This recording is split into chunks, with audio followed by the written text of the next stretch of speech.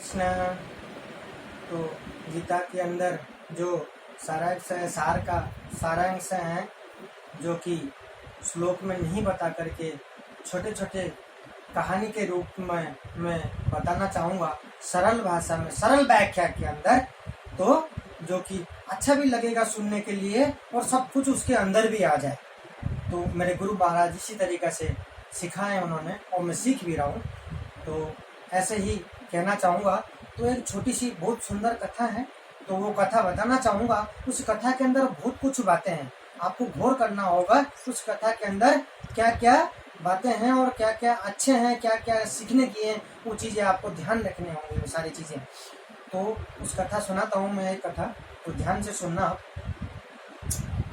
पुराने पहले ज़माने के अंदर राजा महाराज हुआ करते थे। एक राज्य के अंदर राजा थे।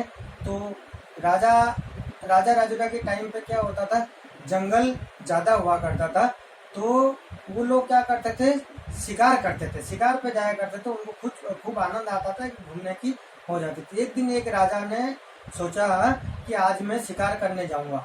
तो उन्होंने अपने, राजा तो हमेशा वेशभूषा में रहते हैं, उस दिन उन्होंने सोचा मैं कोई वेशभूषा में नहीं रहूंगा, साधारण मनुष्य बन करके मैं जाऊंगा, सिर्फ मुझे एक घोड़ा चाहिए। सेनापति और सारे मंत्री संतरियों को आदेश कर दिए और कोई मेरे साथ जाएगा नहीं, मैं अकेला जाऊंगा शिकार करने के हिसाब से। तो उन्होंने अपने महल से निकल गए जंगल की तरफ। तो जंगल की तरफ गए शिकार करने के हिसाब से, शिकार करने के लिए जंगल में गए। तो घूमते घूमते घूमते घूमते एक बार जंगल के अंदर भटक गए। तो सूर्य मतलब शाम ढलने हो गया, सूर्य डूबने लग गया।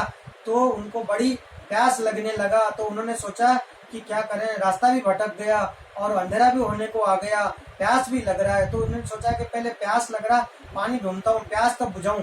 तो उन्होंने इधर उधर देखते हुए दूर से देखे, एक इंसान दिखने को मिला।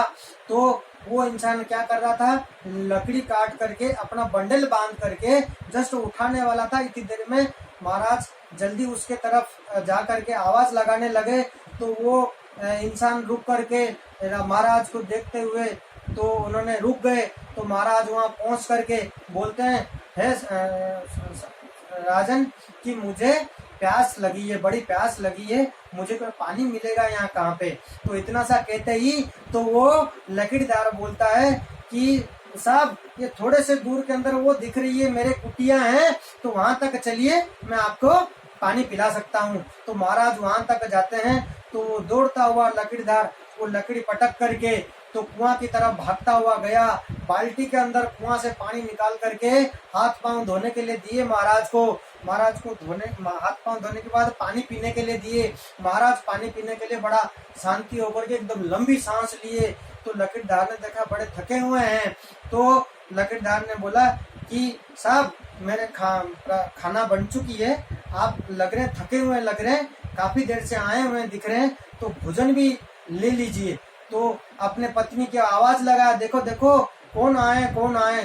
तो इतने कहते ही तो एक मुद्दी ला करके दिए उनको बैठने के लिए। उसके बाद महाराज कहते नहीं नहीं, मेरे को प्यास लग रहा था, मैंने पानी पी लिया, अब मैं जाऊंगा। तो फिर उन्होंने सोचा कि वे जाऊंगा, सोचा। तो लकड़ीदार ने बोला कि साहब अंधेरा तो हो गया और चले जाएंगे, तो थोड़ा प्रसाद तो पा लीजिए, खाना तो खा लीजिए, क्योंकि काफी थके हुए लग रहे हैं आप। तो महाराज बोलते नहीं नहीं मैं चले जाऊंगा। तो फिर तो लकड़ीदार थोड़ा निवेदन करने के बाद महाराज उनके बात रखते हैं। तो रख करके भी बोलते हैं अच्छा ठीक है। तो बैठते हैं, बैठ करके तो लकड़ीदार पूछते हैं तो कैसे आप मतलब क्या कैसे आए थे, क्या हुआ। तो महाराज सारी बातें बताते हैं कि इस तरीके से मैं शिकार पे आया था, तो मैं रास्ता भटक गया, तो लेट होने के कारण मैं रास्ता भटक चुका हूँ। तो खाना खाने की, फिर खाना हो गया, फिर खाना परस करके अच्छे से पत्नी और लकड़ीदार दोनों मिलके खाना खिलाए। खाना खाने के बाद फिर वो लंबी सांस लेते हुए बैठे, इधर उधर देखते रहे। तो लकड़ीदार बोले अंधेरा हो चुका है साहब, आप आज यहीं रुक जाइए, सुबह सुबह निकल जाना, वैसे ही रास्ता भटक के, जंगल बहुत बड़ी है। तो जैसे इतना कहा उन्होंने, महाराज इधर से उधर देखते घबराते हुए देख रहे थे, क्योंकि वो कहाँ राजमहल में रहने वाले और कहाँ सेनापति चारों तरफ घेर करके दरबार खड़े रहते हैं, उसके अंदर सोते, कहाँ यहाँ कुटिया में सोएंगे, कैसे सोएंगे। तो उतनी देर में क्या ये विचार करते करते इधर से जानवर की जंगल के अंदर कभी कोई आवाज आता है, कभी कभी आवाज आ रहा, तो घबराते हुए महाराज को शरीर को उनको शकल से देखा लकड़ीदार, बोले साहब आप घबराए नहीं, यहीं आप आराम कर लीजिए, मैं यहीं आपके पास बैठा रहूंगा, मेरे रोज का ही काम है, आपको कुछ होने नहीं दूंगा और पूरे एकदम आपको पास बैठ करके पहरादारी करूंगा, आप चिंता न करें।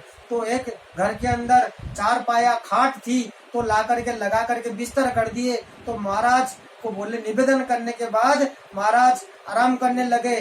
तो वो लकीरदार रात भर वहीं बैठने लगा, उनके पास ही बैठा रहा, उनके पहरादारी करता रहा, ताकि घबराए नहीं, जो साहब आए हुए हैं डरे नहीं, उनके रात भर ध्यान रखता रहा। बीच बीच में उनके नींद खुल जाती थी महाराज की, महल में सोने वाले महाराज आज कहाँ घाट पे सो रहे हैं, तो जानवर की आवाज की वजह से नींद खुलता था। फिर भी वो बीच बीच में यही बोलता था लकीरदार कि साहब आप आराम करिए, मैं आपके बैठा हुआ हूँ, चिंता न करे, डरे नहीं आप। तो इसी तरीके से करते करते सुबह होने को आया। सुबह सुबह 5 बजने के टाइम पे लकीरदार की थोड़ी सी आंख लग गई। इतनी देर में महाराज उठ करके तैयार हो गए कि अब मैं जाऊंगा। लकीरदार आंख खोल के देखा, जब आंख खुली उसके देखा कि महाराज तैयार हो चुके हैं। तो महाराज से पूछे कि आप इतना जल्दी तैयार हो गए? बोले हाँ, आप सुबह होने को आया, अब मैं चले जाऊंगा, क्योंकि घर पे सब इंतजार कर रहे होंगे, कल से आया हूँ, चिंता कर रहे होंगे, अब मुझे जाना होगा। तो लकीरदार बोले अच्छा ठीक है। पत्नी को बुलाए, जाते टाइम पे महाराज पूछते हैं कि आपने मेरे इतना सेवा किया, इतना खिलाया पिलाया मुझे, मेरे इतना, मैं आपके सेवा से बहुत खुश हूँ, संतुष्ट हूँ, मैं कुछ देना चाहता हूँ, आप मांगिए क्या चाहिए आपको।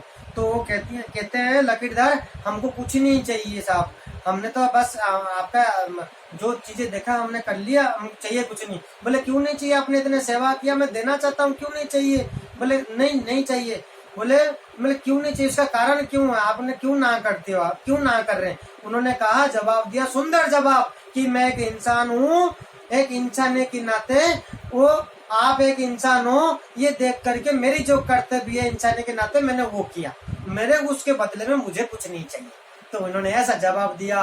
महाराज और प्रभावित हो गए और प्रफुल्ल हो गए उनके ऊपर। महाराज कहते हैं आप जानना चाहोगे मैं कौन हूँ, मैं जानते हो आप मैं कौन हूँ? वो लकीरदार बोलता है नहीं जानता मैं कौन हूँ। और महाराज बोलते हैं मैं बताऊं मैं कौन हूँ? मतलब बताइए। तो महाराज बोलते हैं इस नगरी का महाराज हूँ, इस राज्य का मैं महाराज हूँ, फिर आप मांगो, मैं आपको कुछ भी दे सकता हूँ, आपको क्या चाहिए आपको? फिर भी वो लकीरदार यही बोलता है साहब मुझे कुछ नहीं चाहिए, मैं कुछ उस बदले में मुझे कुछ नहीं चाहिए। ठीक है। तो महाराज बोलते हैं इस बात पे मैं बहुत खुश हूँ आपके ऊपर। आज और एक चीज है, मेरी छोटी बात रख लीजिए, आज से मैं आपसे मित्र बनाता हूँ, आप आज से मेरे मित्र हो, मैं आपको ये स्वीकार कर लीजिए। ये कह करके तो सुनने के बाद लकीरदार खुश होकर के बोलता है ठीक है साहब मैं मित्र बनता हूँ। तो ये कह करके पत्नी और वो दोनों महाराज को विदाई करते हैं। फिर जाते टाइम में महाराज बोलते हैं कभी भी कोई भी जरूरत पड़े, मेरी ये नगरी के अंदर फैलना जगह में ऐसे महल है, आप वहाँ जरूर आना, कभी भी कोई जरूरत हो, कभी कोई सहायता हो, कभी कोई परेशानी हो, कभी कोई और कोई बात हो तो जरूर आना। ये कह करके निकल जाते महाराज। महाराज जाते हैं, जा करके उनको रास्ता बता देता लकीरदार। तो फिर महाराज महल में पहुंच जाते, पहुंचते ही सारे सेनापति सभा बुलाया जाता है। सभा में बैठ करके सभी को बताते हैं ये बातें कि ऐसे ऐसे मेरे साथ हुआ, मैंने एक मित्र बनाया और मैंने ऐसे ऐसे उनको कहा। संतुष्ट होने के बाद लकीरदार ने, मेरे मित्र ने कुछ नहीं मांगा मेरे से, लेकिन मैं उनको कुछ देना चाहता हूँ, किस रूप में दूं? कोई मंत्री ने कहा कि सोना चांदी दे देते, किसी ने कहा घर बना कर दे देते, किसी ने कहा इतना बेगा जमीन है उनको दे देते, सब महल बना देते हैं उनके लिए। बोले नहीं, वो ऐसा मित्र नहीं है जो ये सब चीजें स्वीकार करे, तो ये और कुछ रूप में देवे जो उनको पता ही नहीं लगे मैंने दिया। ये कह करके बड़ी चिंता में रहे, कोई चीज सूझ नहीं रहा था। कई साल बीतने की बाद, कई महीनों बीतने की बाद, तो उस जंगल के अंदर जो लकड़ी काट काट करके वो बेच करके अपना गुजारा कर रहा था। क्या बेच के कैसे गुजारा कर रहा था? लकड़ी काट के अंगारा बना करके, कोयला की टाइप का करके उसको जला करके, उसको कट्टा बना करके वो अपना गुजारा करता था। एकदम ईमानदारी से, भक्ति मार्ग से, कर्म से खुश थे भगवान उसके कर्म से, तो ऐसे करता था। तो जंगल क्या है, पेड़ काटते काटते खत्म होने को आया, कुछ ही पेड़ बचे थे।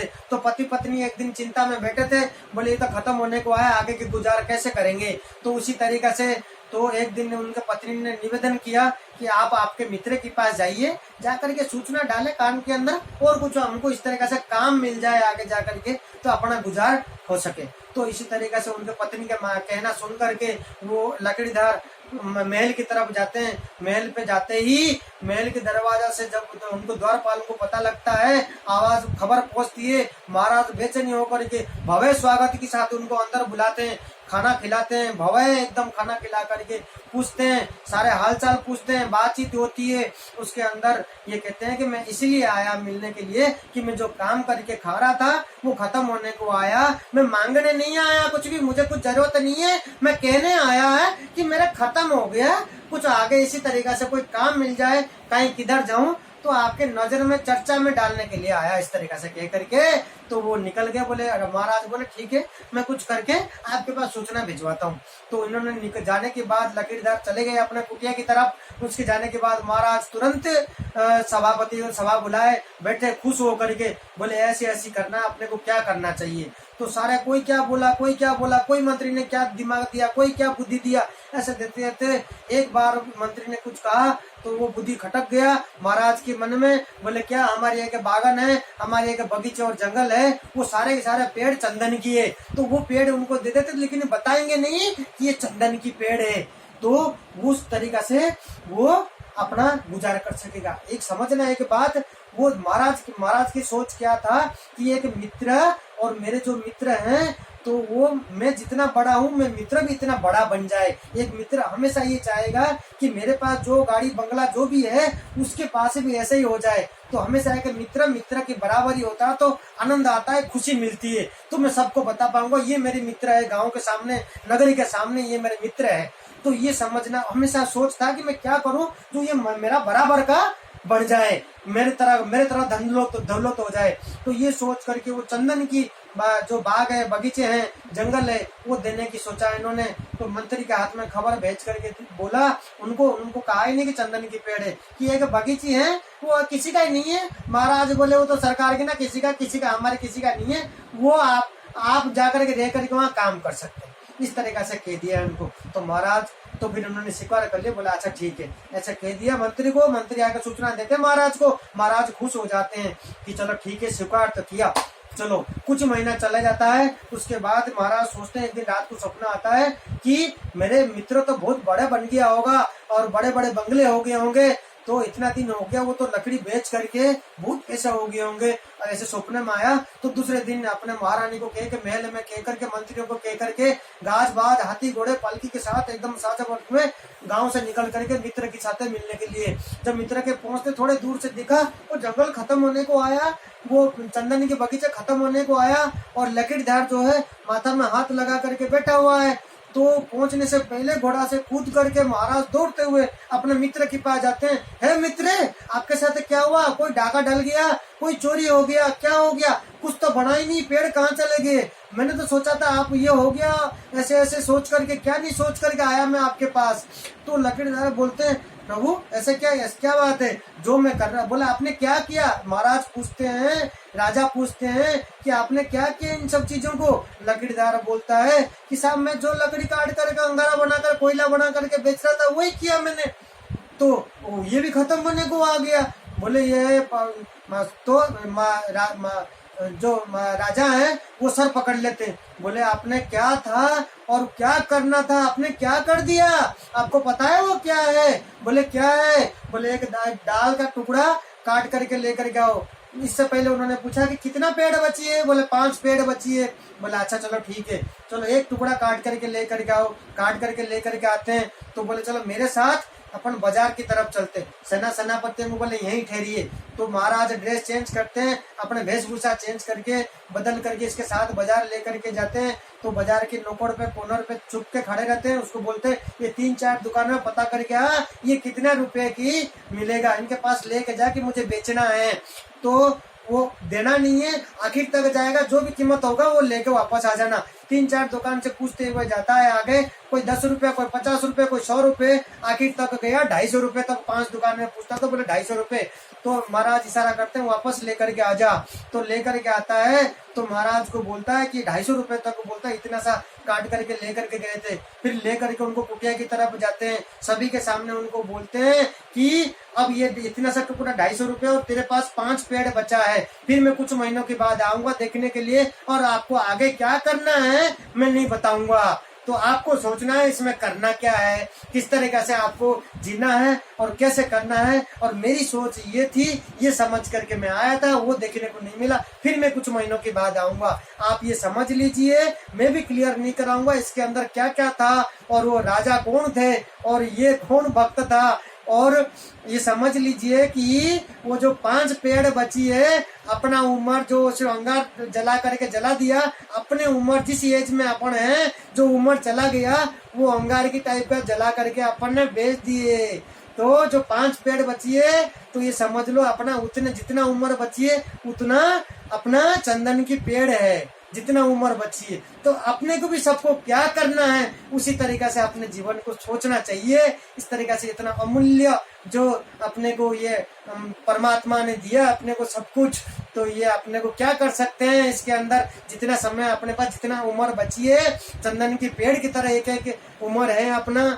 तो अपने को क्या करना चाहिए, वो महाराज कौन थे, स्वयं भगवान थे, और ये कौन था, अच्छे कर्म कर रहा था, ये भक्त था। तो अपने खुद को समझने की है, अपने खुद को समझना, और नहीं समझने पाने की वजह से जिंदगी हमारी नरक बन जाती है। ये जिंदगी जन्म तो लेते हैं, पूरा उम्र जी करके संसार से निकल जाते हैं, फिर भी नहीं समझ पाते हैं। मेरी ये निवेदन है, इसको समझने की कोशिश करें, एक ही मात्रा समझने की, समझ पाएंगे सिर्फ भक्ति मार्ग में। जय जय श्री राधे, हरे कृष्ण।